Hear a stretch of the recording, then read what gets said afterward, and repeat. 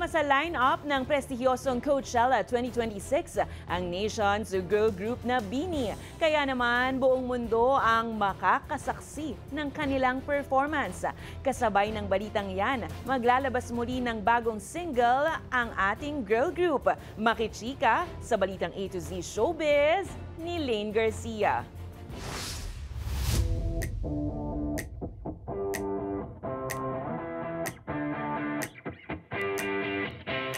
Heads up blooms! BINI makes history again!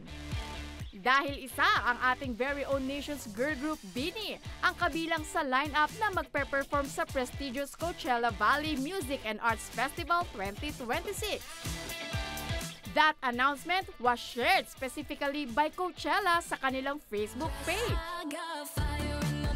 Ang BINI ang kauna-unahang Pinoy pop group na magtatanghal sa Coachella 2026 na gaganapin sa Indio, California sa April 10 at 17.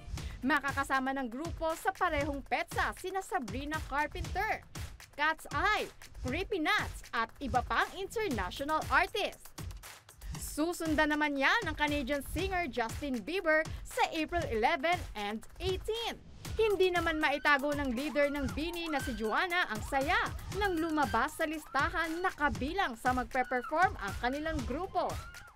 Habang nagpaabot rin ng suporta ang Kings of P-Pop SB19. But wait, there's more!